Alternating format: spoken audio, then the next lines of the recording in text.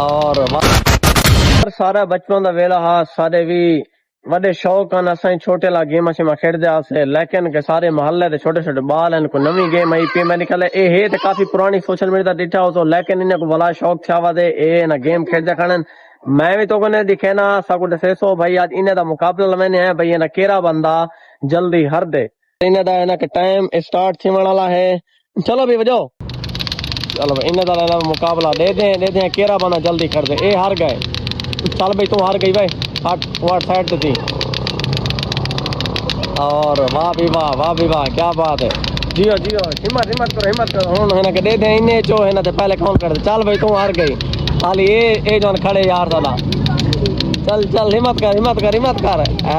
ए यानी के ए जीत गए ठीक है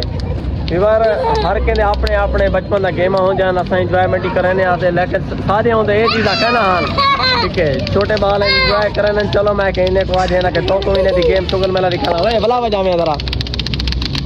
चल दिखे वे टक टक रही ना क्या है टक ना है ना टक वाह भी वाह दिखे वे भी वाह छोटे छोटे बाल इंजॉय करने खड़े माशाल्लाह